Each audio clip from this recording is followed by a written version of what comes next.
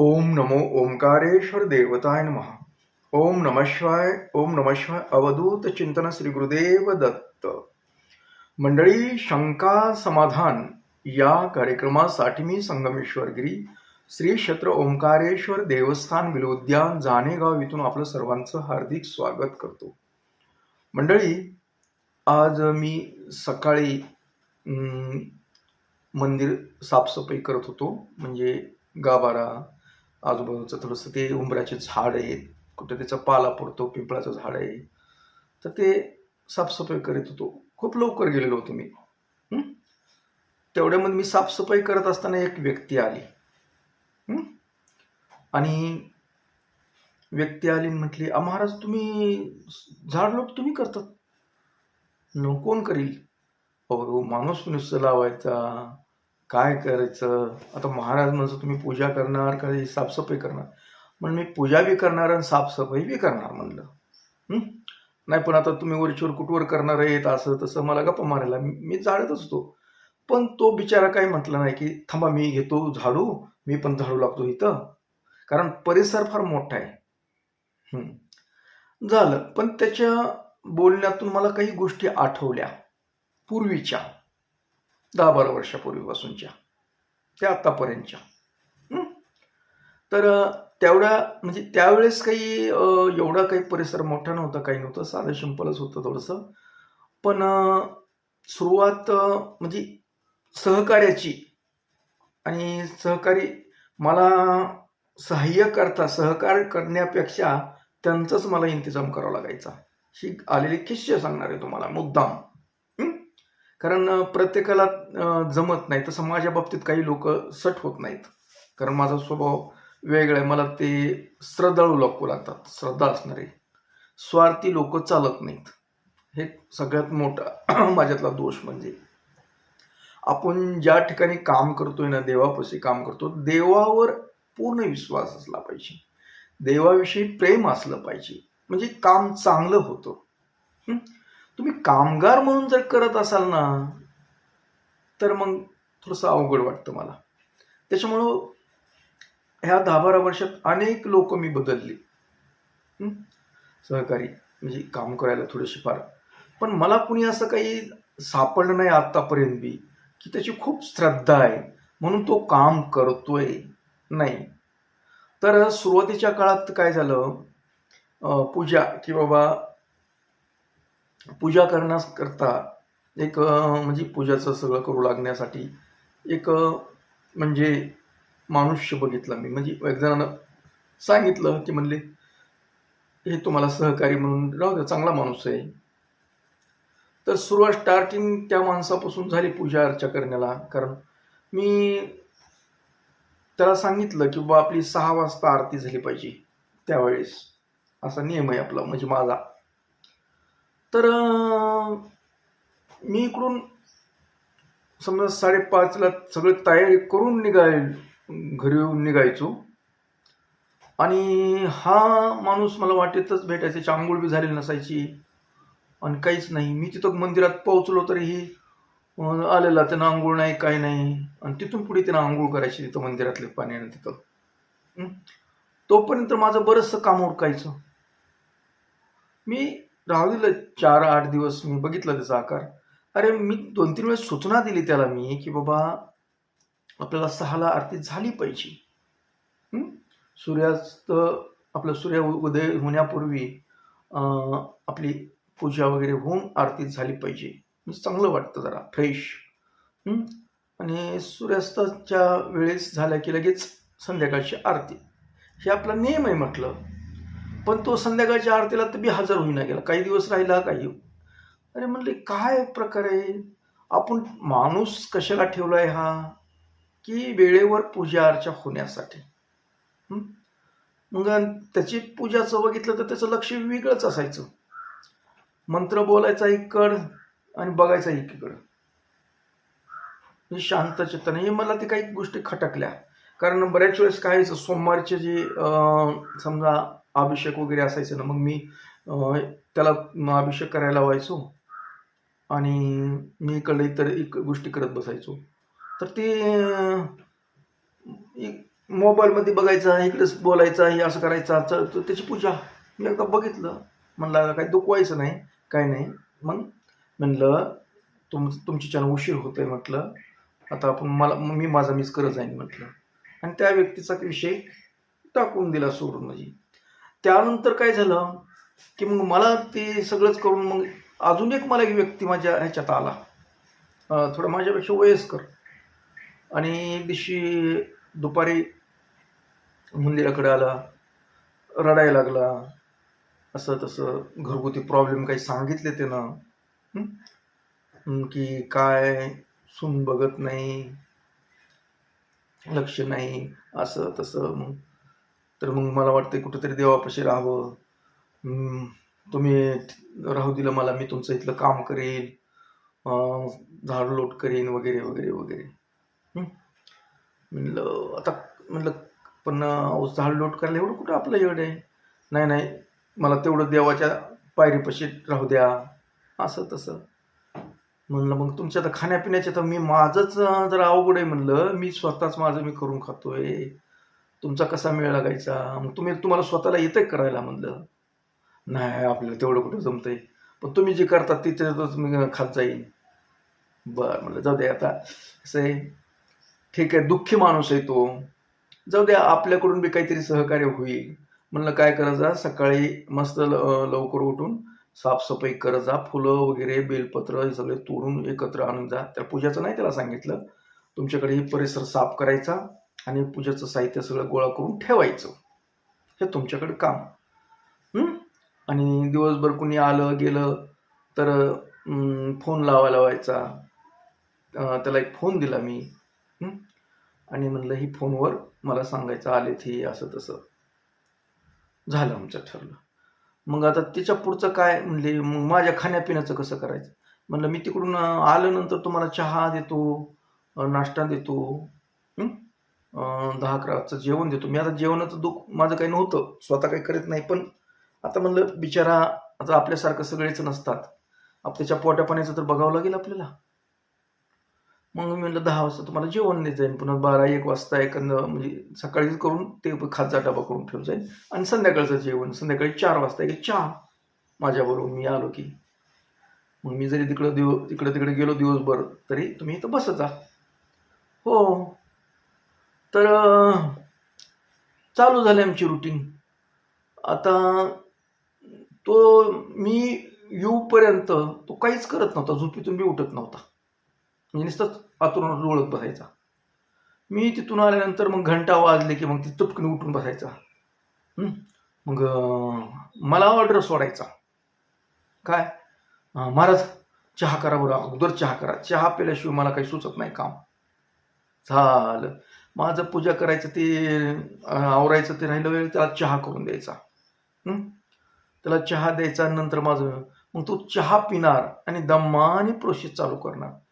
तोवरचं तर मी फुलं बी गोळा करायचे, ते सगळं बेलपत्र आणणं, पाणी घेणं, चालू बी व्हायची पूजा. तर याचं झाडणंच होत नसं.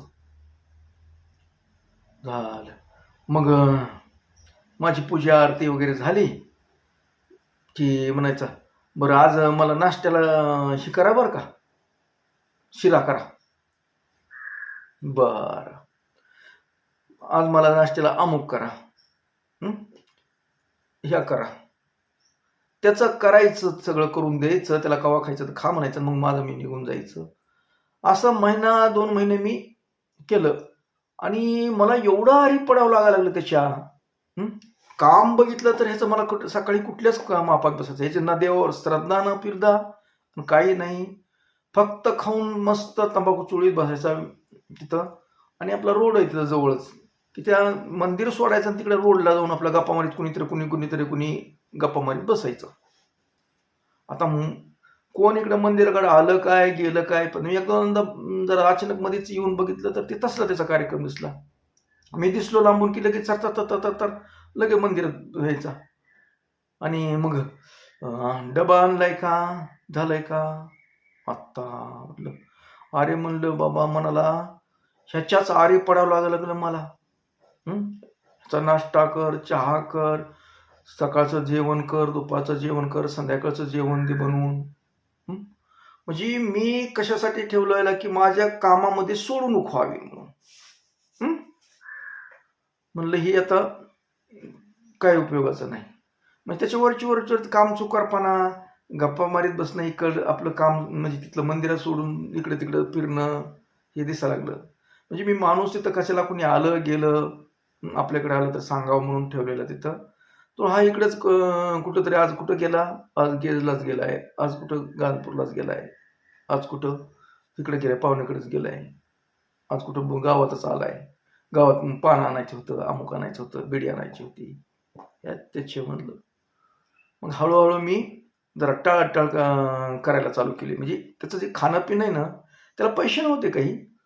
पण खाणं-पिण्याचं जे होतं ते उशीर मी मुद्दामच म्हणलं उशीर करायचा. म्हणजे चहा बघतो ना तिथं, तुम्ही किती उशीर, मला किती तलप आली होती आणि तुम्ही आलात उशिरा एवढं. म्हणलं मला काम होतं, असं होतं, वाटत भेटलं वगैरे, वगैरे काहीतरी गप्पा मारायच्या. मग त्याला असं केलं की त्याला काही बोललो नाही मी त्याला. तुम्ही असं का करतात, तसं का करतात? मी माझी कृती केली चालू. टाईमावर द्यायचंच नाही म्हणलं त्याला आता. बरोबर तुम्ही काय वेळेवर मला खायला पोटाला मिळालं गेलं आणि कशाला राहू बाबा मी इथं. म्हणलं मग मला मला होत नाही हो एकट्याला सगळं. मी तुम्हाला मग एक दिवशी म्हणलं मी तुम्हाला काम मला सहकार्य करण्यासाठी ठेवलं आणि तुम्ही मलाच काम सांगायलात राव म्हणलं. मला होतंय का? मला काम होत नाही म्हणून तर मी तुम्हाला सहकारी म्हणून ठेवलं ना. नाही पण आता माझ्या पोटाला वेळेला भेटना गेलंय, काय होईना गेलंय आणि काय करावं आम्ही? म्हणलं मग काय करा, माझ्याच्यानं काही तुमच्या टायमाला होत नाही, तुम्ही तुमचा निर्णय घेणे. झालं, गेला माणूस सुटून. ही झालं मागच्या. त्यानंतर काय वाटलं, आता मला असा माणूस पाहिजे होता, की त्याची देवावर श्रद्धा, भक्ती करणारा माणूस पाहिजे होता. कारण काय असतं, महादेवावर भक्ती असेल माझ्या, तर तो काम करू शकेल चांगला. स्वार्थी लोक असतील तर ते काम होत नाही. त्याचा स्वार्थ असेल तर तो काम करेल तिथं. मग एक नंतर दुसरं बी म्हणजे एक बघितलं अजून पोरग एक. मग मी त्याला खाणं पिणं त्याचं कपडे त्याचं बी तेवढं बी घेतलं. 2 वर्ष त्याला बघितलं ट्रायल करून, यायचं थोडंसं. पण त्याच्याच आडी पडावं लागलं मला बी. काय करावं म्हणलं. बरं आता म्हणलं ही माणसंच नको. पण अजून मध्ये बी एक ठेवलं होतं, त्याचे बी ऐट. आपण नसल्यानंतर आलेल्या लोकांना नीट बोलणं नाही, काय नाही, काय सांगणं. मग ती तक्रारी यायला लागल्या. त्यानंतर मग जाऊ दे बरं म्हणलं, हे माणसंच नको, आपण आपलं करत जाऊ. मग माझ्या माहितीनं 2000 नाही 19 मध्ये काय की बहुतेक. मग म्हणलं आपण आता, पूर्वी होते शिष्य वगैरे, आता आपलं सहाय्य पियाचं नको.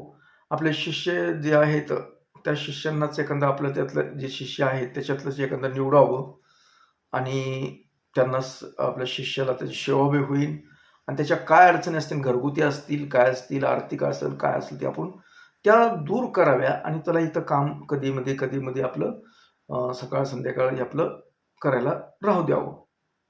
म्हणून मी एकदा म्हणजे एक समजा हे होते, तिला सहारा नसणारी व्यक्ती होती, स्त्री होती ती. ती होऊनच आलते आपल्याकडे, आपण होऊन नव्हतो. म्हणजे आपल्याला दीक्षा घ्यायची म्हणलं दीक्षा देतो, तुमचे काय जे असतील ते प्रश्न पण सोडवतो, पण माझं तुम्हाला काम करावं लागेल. काय काम करावं लागेल तर इथं माझं वैयक्तिक नाही काही जास्त, पण इथं तुम्हाला देवाचं सहकार्य येतं. ही देवाची भांडी असतात, देव म्हणजे गाभाऱ्यातले ते साप आहे, ते गडू येतं, ताट येतं देवाची, ते दररोज साफ करत जा. नाहीतर 2 दिवसाला 3 दिवसाला येऊन साफ करणे. म्हणजे तुम्हाला देवाची सेवा, दीक्षा देतो पण देवाची सेवा करायची. तुमचं काय अडचणी असतील तुम्ही तुमच्या अडचणी मी सोडवतो, पण करत एवढं हे तुमच्याकडे काम. आणि तुम्ही जर नीट व्यवस्थित राहिलात तर मी तर दीक्षा दिल्यानंतर म्हणजे कायमस्वरूप झालं म्हणलं. कायमचेच तुम्ही आहेत. म्हणजे मी आहे तोपर्यंत तुम्हाला समजा मी शिष्य म्हणून बी आहेत आणि जमलं तर मी त्यांना वचन बी दिलं की बाबा मुख्य शिष्य म्हणून राहताल. कारण मग मी माझ्या गैरहजेरीसुद्धा इकडं कुणी आलं गेलं याचे आलं चहा पाणी करणं वगैरे कुठं काही असेल त्या गोष्टी पण करावं लागतील तुम्हाला. म्हणजे आपलं चलत राहील आणि तुमचं बी समजा घरगुती जे आहे अडचणी काही किराणा मिराणा काय तुम्हाला काही आणायची गरज पडणार नाही. मी तुम्हाला देत जाईल म्हटलं. पण म्हणजे तुमचे जे काय दुखणे भाणे काय असतील त्याला खर्च, पण तुम्हाला वेळ जितका जास्त देता येईल तितका देतो. तुम्ही इतर जी गोष्टी कामं करता त्याच्याऐवजी देवाच्या हितलं करा तुम्ही. होकार झाला. मग काही जोवर त्यांना गरज होती माझी, जोवर त्यांची आर्थिक बाजू काही होती कमकुवत, त्यावेळेस मी माझ्याकडून खूप सहकार्य झालं. त्यांनी मी काम थोडंफार करायचे, पण मला श्रद्धा अशी आहे असं वाटणं गेलं. ते तितक्या पुरतं व्हायचं. पण जाऊ द्या म्हटलं, आपण काम करावं ह्यानी. आता देवावर थोडीफार कोणाची आपल्यासारखी सगळ्यांची श्रद्धा असते असं नसतं. प्रत्येक आपल्या स्वभावासारखेच असतील असं नाही. असं समजावं त्याच्या त्याच्या. मग शेवटी त्याच्यातून आपल्यात काय फरक आहे. आता आपण शेवटी महाराजाचं आहेत, ते शिष्य आहे, त्यांना थोडंच आपल्या एवढं जमणार आहे. तर असू द्या म्हणलं. पण हे काम करत केलं वर्षे 2 वर्ष आपलं कधी-मधी येऊन आपलं करायचं सहकार्य आपलं चालायचं. जोपर्यंत त्यांची परिस्थिती जरा कमकुवत होती तोपर्यंत समजा महिन्याला येऊन अमावास्येच्या अगोदर येऊन नीटनेटकं वगैरे करणं हे चांगलं मग चाललं होतं, सुरळीत चाललं होतं.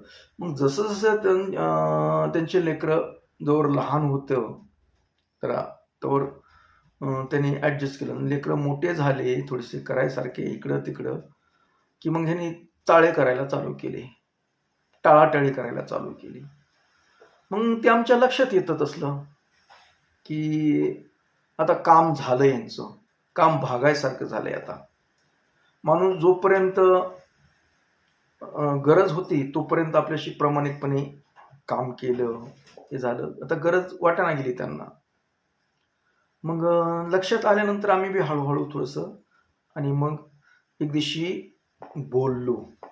म्हणजे आम्हाला थोडासा राग आला कारण माझ्या टायमिंगला ते आलं नाही म्हणून. इथं तर काम पडलेलं.